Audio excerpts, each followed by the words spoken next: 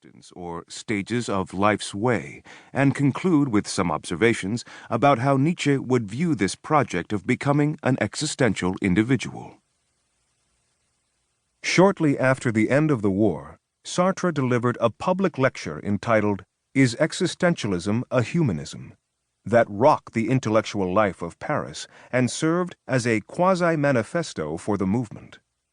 From then on, existentialism was associated with a certain kind of humanistic philosophy that gives human beings and human values pride of place, and with critiques of alternative versions of humanism accepted at that time. In Chapter 3, I discuss the implications of that problematic lecture, the only one Sartre ever regretted publishing, as well as his contemporary Martin Heidegger's response in his famous Letter on Humanism. While the supreme value of existentialist thought is commonly acknowledged to be freedom, its primary virtue is authenticity. Chapter 4 is devoted to this topic as well as to the nature and forms of self-deception, or bad faith, that function as its contrary. I relate authenticity to existential individuality and consider the possibility of an ethics of authenticity based on existential responsibility. In order to counter the criticism, widespread immediately after the war, that existentialism is simply another form of bourgeois individualism, bereft of collective consciousness and indifferent to the need to address the social issues of the day, I devote Chapter 5 to the issue of a chastened individualism, as the existentialists try to conceive of social solidarity in a manner that will enhance rather than compromise individual freedom and responsibility, which remain non-negotiable.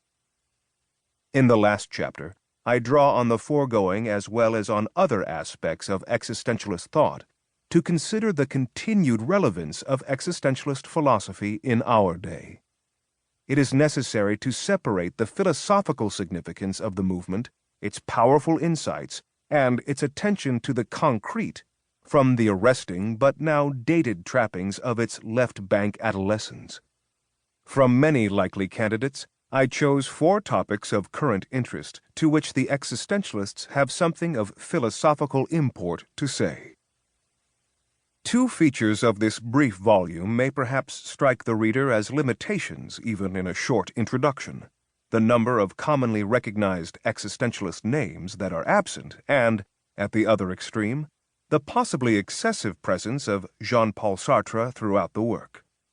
Regarding the first, though I could have mentioned, for example, Dostoevsky or Kafka, Giacometti or Picasso, Ionesco or Beckett, all powerful exemplars of existentialist themes in the arts, my concern is to treat existentialism as a philosophical movement with artistic implications, rather than as just a literary movement with philosophical pretensions, which is a common though misguided conception.